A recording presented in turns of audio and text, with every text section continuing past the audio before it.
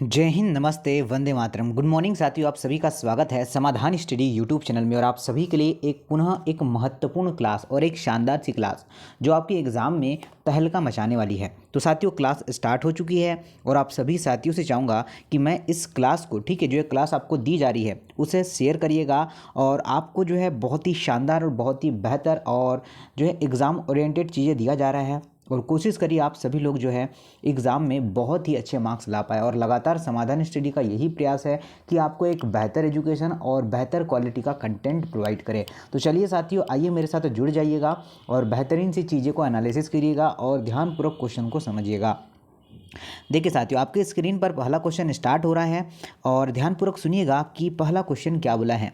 साथियों, बोला गया है कि ऊतकों का अल्पकालिक आरोहण, ठीक, जो है ऊतकों का अल्पकालिक आरोपण किसमें बनाया जाता है। तो देखिए, पानी में, अल्कोहल में, ग्लिसरीन में या फिर आपका ग्लूकोज में। तो आप सभी आंसर कर सकते हैं, ठीक है। और आप सभी को कोशिश करना है कि अधिक से अधिक जो है आप क्वेश्चन को सॉल्व कर पाए। तो साथियों नोट करिएगा, अगर आपका आंसर आ रहा है ग्लिसरीन तो आपने बिल्कुल सही प्रयास किया है। ठीक है साथियों, क्या सभी साथियों के ऑप्शन नंबर सी आंसर आ रहे हैं क्या? और लगातार आप सभी यही प्रयास कर पा रहे हैं तो बहुत अच्छी बात है। ऊतकों का अल्पकालिक आरोपण क्या है? ऊतकों का अल्पकालिक आरोपण ग्लिसरीन में बनाया जाता है, ये आपको ध्यान रखना है साथियों। उसी प्रकार से आगे बढ़ेंगे, नेक्स्ट क्वेश्चन की बात करेंगे।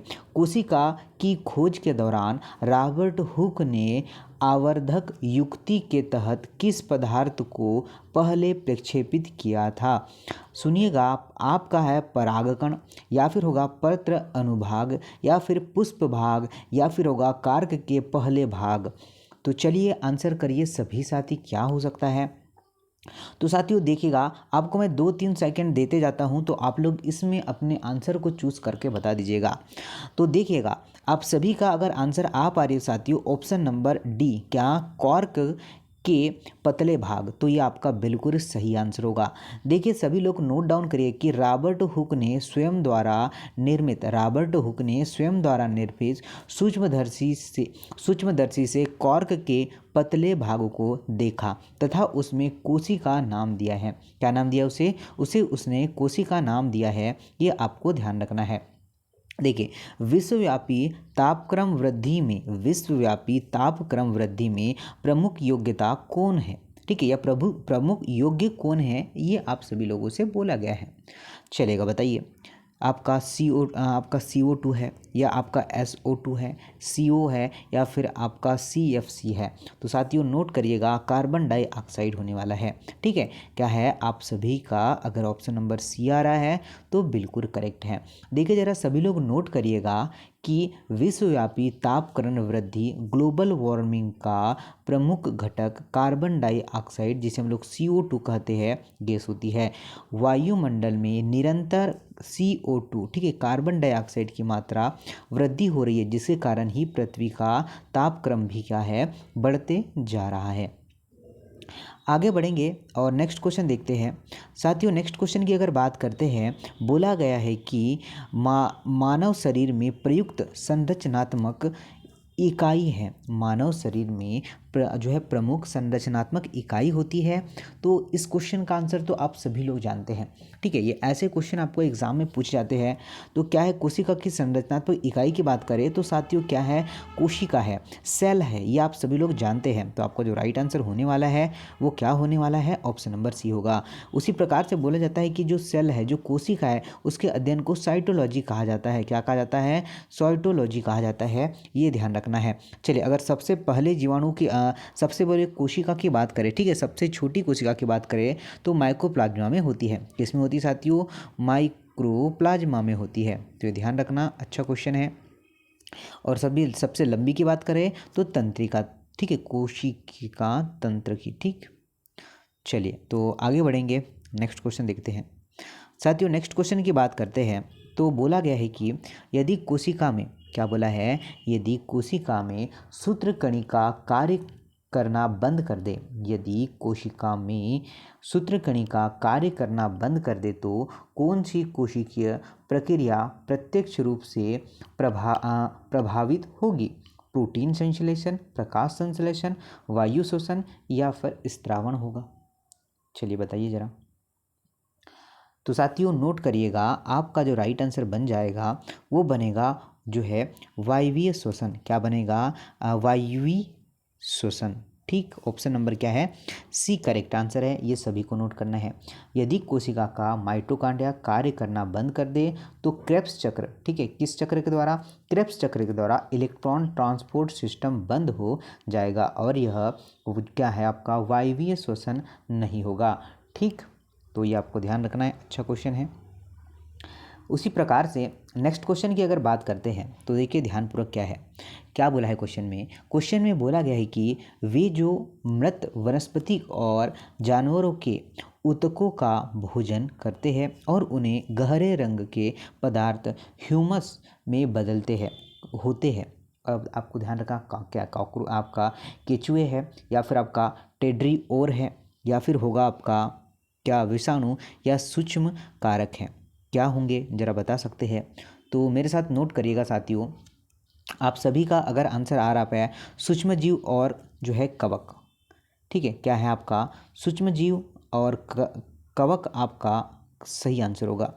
ठीक, तो आप सभी के अगर राइट आंसर आ रहे हैं ऑप्शन नंबर डी, तो आपका बिल्कुल सही आंसर होगा। वे जो मृत वनस्पति और जानवरों के ऊतक का भोजन करते हैं जो है उन्हें गहरे रंग के पदार्थ ह्यूमस में बदलते हैं। सूक्ष्म जीव और क्या कहलाते हैं? कवक कहलाते हैं। ठीक है, चलिए आगे बढ़ेंगे और नेक्स्ट क्वेश्चन की अगर बात करते हैं तो क्या बोला गया है साथियों? बोला गया है कि वे कोशिकांग क्या है साथियों? वे कोशिकांग जो पशु कोशिकाओं में अनुपस्थित होते हैं परंतु वनस्पतिक कोशिकाओं में उपस्थित होते हैं कहलाते हैं। सूक्ष्म गुणसूत्र और आपका हरित लवक और जीवद्रव्य कला, कोशिका केंद्रक और कोशिका झिल्ली या लवक और कोशिका भित्ति?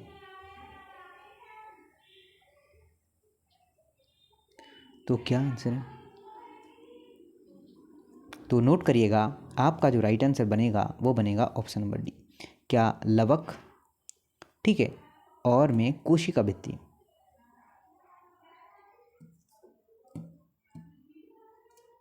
ठीक, ऑप्शन नंबर क्या है? डी बनने वाला है। क्या बनेगा? Option number D. वे कोशिकांग जो पशु कोशिकाओं में उपस्थित रहते हैं परंतु वनस्पतिक कोशिकाओं में उपस्थित रहते हैं कवक और उसे कोशिका भित्ति कहते हैं। यह ध्यान रखना।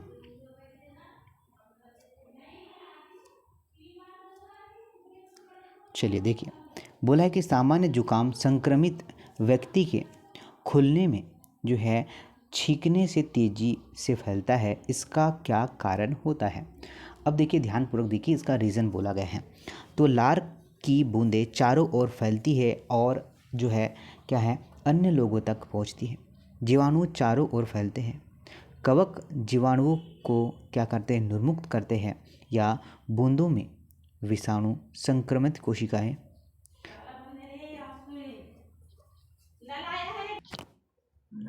राइट आंसर की बात करें ऑप्शन नंबर डी अगर आप सभी ने लगा पाया है, ठीक है साथियों, तो बिल्कुल आपका राइट आंसर होने वाला है। क्या होगा? बूंदों में विषाणु संक्रमित कोशिकाएं अन्य व्यक्ति तक पहुंचकर बढ़ती हैं।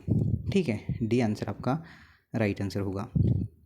चलिए नेक्स्ट क्वेश्चन की बात करते हैं साथियों। क्या बोला गया है? कोशिकीय श्वसन किस में होता है? कोशिकीय श्वसन किस में होता है? सभी जीवों की समस्त कोशिकाओं में, केवल कोशिकीय जीवों में, केवल पौधे की कोशिकाओं में या केवल पशुओं की कोशिकाओं में? क्या आंसर है? तो आप सभी लोग जान पाएंगे साथियों अगर आपका ऑप्शन नंबर ए है कि सभी जीवों की समस्त कोशिकाओं में, यह आपका सही आंसर होगा।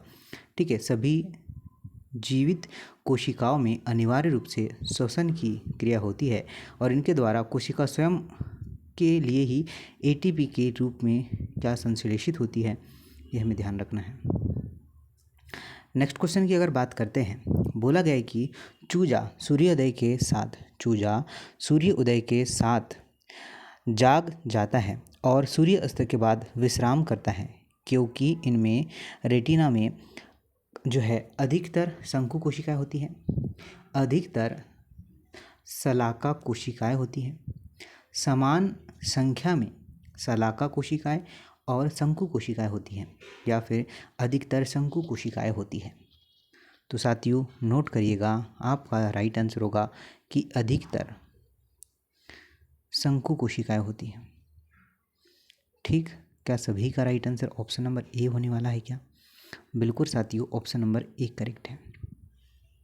ठीक है, नेक्स्ट क्वेश्चन की अगर बात करेंगे तो बोला गया है कि गैर कोशिकीय जीवों का एक समूह है जो कोशिका पर आक्रमण करके या करने के पश्चात उस मेजबान की मशीनरी को प्रजनन करने के लिए अपने अधिकार में ले लेता है। उस समूह का नाम बताइए। विषाणु, जीवाणु, प्रोटोजोआ या फिर कवक होने वाला है। तो क्या आंसर होने वाला है?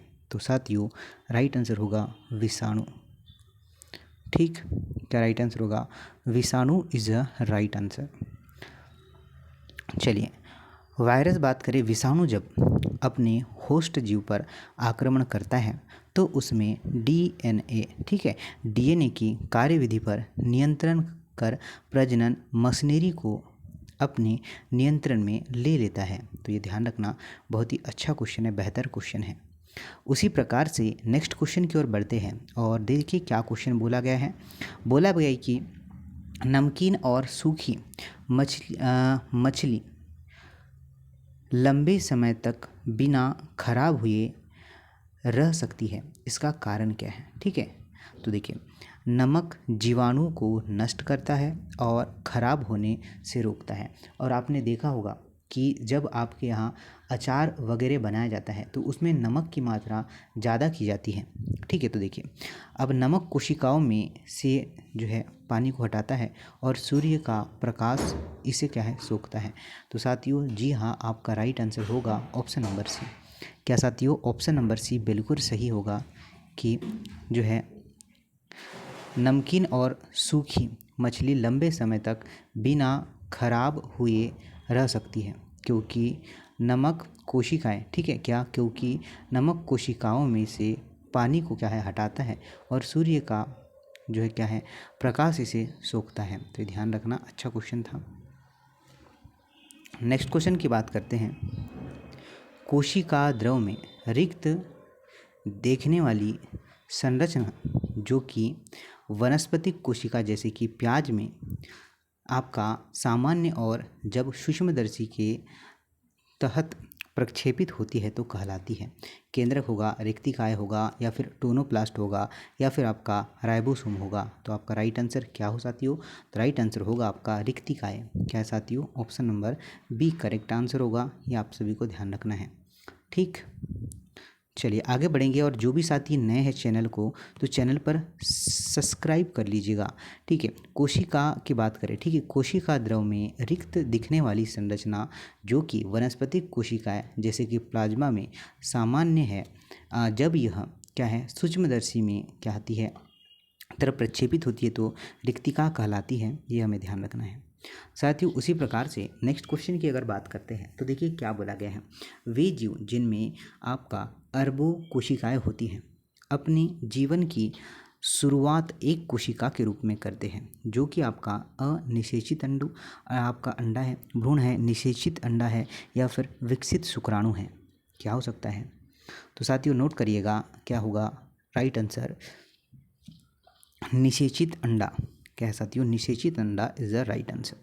निषेचित अंडा वे जीवाणु जिसमें अरबों कोशिकाएं होती हैं और अपने जीवन की शुरुआत एकल कोशिका के रूप में करती हैं। किस रूप में? एकल कोशिका के रूप में करती हैं। नेक्स्ट क्या है आपका कि एक कोशिका का वर्णन इस प्रकार से किया जाता है। हमारी खुली आँखों से देख पाने के लिए बहुत से छोटे हैं, इनमें आनुवांशिक सामग्री है। कोशिका द्रव और केंद्रक से बने हैं या फिर जीवन की मूलभूत संरचनात्मक और कार्यात्मक इकाई होती है। तो साथियों सभी लोग नोट करिएगा, आपका जो राइट आंसर होगा ये ऑप्शन नंबर डी होगा कि जीवन की मूलभूत और संरचनात्मक कार्य जो है प्रकार्य इकाई होती है। ऑप्शन नंबर डी करेक्ट है।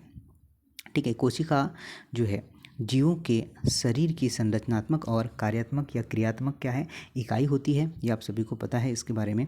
चलिए नेक्स्ट क्वेश्चन की अगर बात करेंगे तो ध्यान दीजिएगा, सबसे छोटी कोशिका जिसका मापन जो है 170 mm से लेकर आपका 130 mm है, इसकी जो है आपको बताना है कि मोर का अंडा, हंस का अंडा, शुतुरमुर्ग, एग ऑफ शुतुरमुर्ग। जी हाँ साथियों, आपका ऑप्शन नंबर जो है सी हो जाएगा। क्या आप सभी लोग यही आंसर कर पा रहे हैं? शुतुरमुर्ग का अंडा, एग ऑफ जो है शुतुरमुर्ग, ऑस्ट्रिच जिसे हम लोग कहते हैं।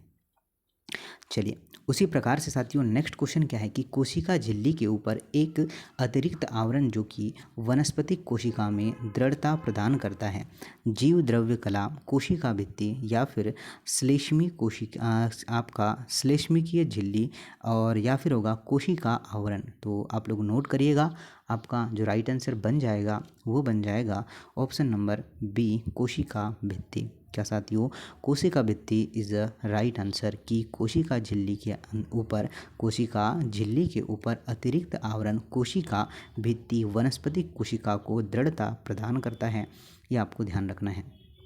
साथियों उसी प्रकार से नेक्स्ट क्वेश्चन की अगर बात करेंगे तो बोला गया है कि उस ऊतक का नाम बताइए।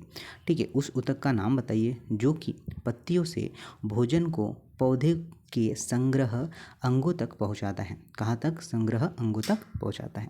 तो पोषवाह होगा, जाइलम होगा या फिर आपका मिडरिब होगा या फिर रंध्र होने वाला है।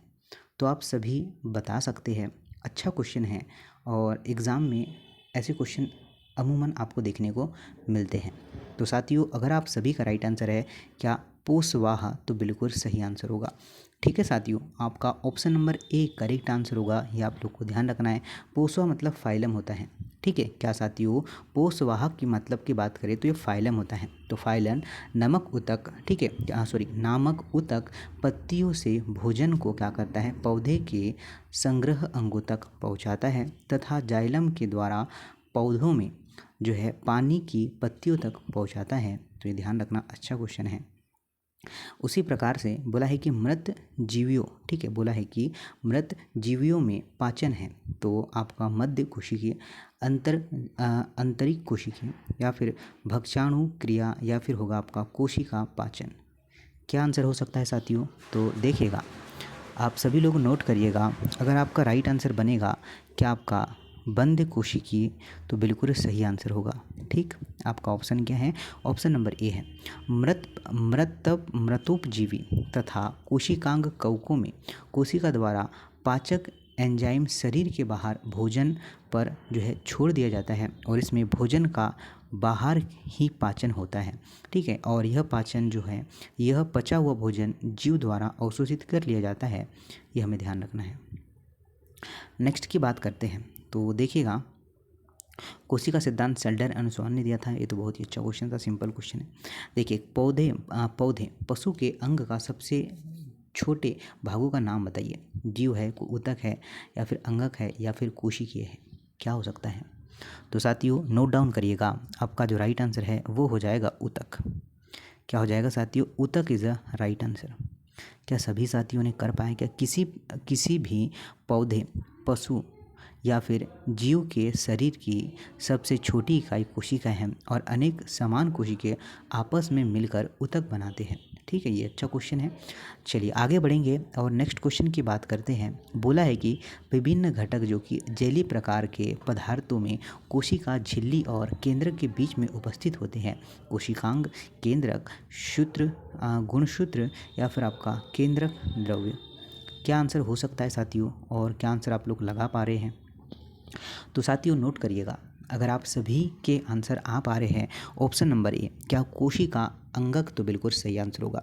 ठीक है, क्या होगा? कोशिका अंगक is the right answer, option number A correct है। विभिन्न घटक जो कि जेली प्रकार के पदार्थों में कोशिका झिल्ली और केंद्रक के बीच में उपस्थित रहते हैं, कोशिकांगक कहलाते हैं, यह हमें ध्यान रखना है। आगे बढ़ते हैं, नेक्स्ट की बात करें, खमीर कोशिका से खमीर कोशिका से छोटा बल्ब की सतह पर बाहर निकला हुआ भाग जाना जाता है। आपका आँख या फिर आपका कर्तन, कली या फिर आपका होगा खंड। क्या आंसर है साथियों, बताइए जरा। तो साथियों देखिए, आपका जो राइट आंसर होगा कली। क्या साथियों, कली इसका बिल्कुल सही आंसर होगा, ये आप लोग नोट करिएगा। खमीर कोशिका से छोटा वाल्व की तरह जो है तक का बाहर निकलता है और ये भाग जो है कली के नाम से जाना जाता है। आगे बढ़ते हुए, एक से अधिक कोशिका से बने जीवों को कहा जाता है। एक कोशिकीय जीव, ऊतक या बहुकोशिकीय जीव या बहुकोशिकीय अंग कहेंगे। तो साथियों इसका जो राइट आंसर होने वाला है वो होगा आपका बहुकोशिकीय जीव।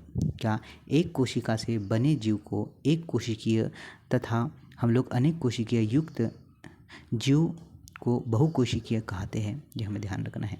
ठीक है, तो ये था आज का लास्ट क्वेश्चन और ये आपके लिए होमवर्क है, इसे आप लोग देख लीजिएगा। चलिए, और साथियों आप सभी को बता दूं, मैं अपनी जो है समाधान स्टडी जो है इसने आप सभी के लिए सभी साथियों के लिए बोले तो बहुत ही अच्छी अच्छी चीज़ें तैयार किया है। और ये सभी चीज़ें क्या क्या है मैं आपको बताना चाहूँगा। जो भी साथी नए हैं, जो भी पहले से अध्ययन रहते हैं साथियों, और आपको बता दूं अपना टेस्ट होता है, ठीक है, फ्री ऑफ कॉस्ट टेस्ट है आप सभी साथियों के लिए। तो यह टेस्ट होता है रात में 9 बजे, टेलीग्राम पर टेस्ट होता है। आप लोग सारे साथी सभी लोग ज्वाइन कर सकते हैं, फ्री ऑफ कॉस्ट है, कोई भी अमाउंट नहीं देना है, फ्री में ये टेस्ट हम लोग लेते हैं। आपको 9 बजे स्टार्ट होता है रात में प्रतिदिन, ठीक है। और देखिए समाधान स्टडी की ई बुक और साथ में ही नोट्स आपके लिए तैयार किया है। काफ़ी जो है दिनों के बाद मैंने ये चीज़ बनाया है आप सभी साथियों के लिए, बहुत ही बेस्ट, बहुत ही ऑथेंटिक, जो एग्ज़ाम में ओनली और ओनली पूछा ही जाएगा।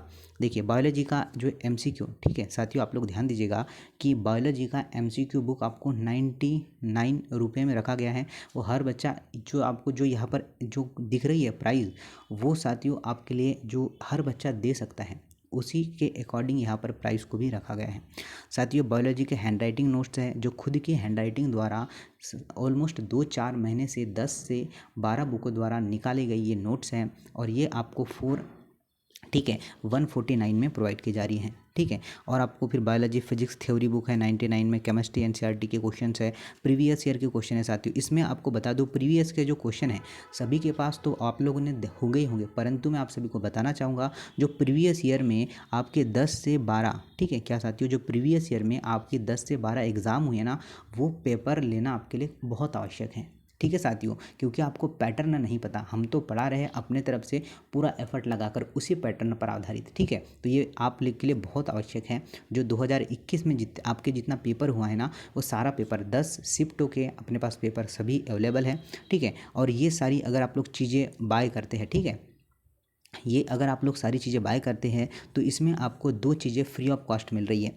एक तो आपको टेस्ट बुक मिल रही है, मतलब जो आपके लगातार इसमें टेस्ट में 10 से 15 टेस्ट तो होंगे, ठीक है, जिसमें केमिस्ट्री है, फिजिक्स है, बायोलॉजी है, इंग्लिश है, सारा कुछ है, ठीक है, विथ आपके आंसर के साथ। क्या है साथियों, विथ आपके आंसर के साथ। अगर ये पूरी चीज़ आप लोग बाय करते हैं तो ये टेस्ट जो है आपको फ्री मिलने वाला है। साथ में एक बायोलॉजी फिजिक्स केमिस्ट्री की कंबाइंड बुक जो है आपको ये भी इसके द्वारा फ्री मिल रही है, ठीक है। तो आपका जो है आपके सुनहरे भविष्य के लिए जो है ये चीज़ें मैंने लॉन्च किया है। आई होप काफ़ी साथियों ने इसे बाय कर लिया है। तो आप जो भी, ठीक है, आपको जो भी सूटेबल लगे, ठीक है, जैसे कि आप लोग चाहते हैं कि सर हम लोग हैंडराइटिंग नोट्स अभी ले लें, अभी हम लोग साथियों पढ़ लेते हैं, फिर हम लोग क्वेश्चन बुक लेंगे, ऐसा नहीं है कि एक साथ लीजिएगा। आप लोग को जो सूटेबल जो लगे साथियों वो आप लोग बाय कर सकते हैं, ठीक है। सबका यहाँ पर रेट मैंने लिख चुका है। और साथियों आप जो ये अपना नंबर है व्हाट्सएप पर कांटेक्ट कर सकते हैं, फ़ोनपे, गूगल पे, पेटीएम जो है कोई भी इस पर अपने जो है नोट्स आप लोग ले सकते हैं। और अब आपके पास ज़्यादा दिन नहीं है साथियों, इसलिए आप लोग जो है आज से ही तैयारी पर लग जाइए। बहुत ही काफ़ी साथियों ने ऑलमोस्ट जो है अभी से 40-50 साथियों ने तो बाय कर ही लिया है। तो ऑलमोस्ट जो है ये रेट मैं आपको बता दूँ, अभी ऑलमोस्ट जो मैंने जो है आपके लिए ही रखा है। और जो है कम से कम ये 100 बच्चों तक ये जो है सिमिलर रेट रहेगा। और ऑफ़र अगर आता है, ऑफ़र कब आएगा ये तो नहीं बता पाऊँगा मैं, परंतु जो है आप लोग फिर कहूँगा कि आप लोग जो है इसे परचेज़ ज़रूर कर लेना। चलिए साथियों मिलते हैं नेक्स्ट क्लास में। Thank you very much. जय हिंद।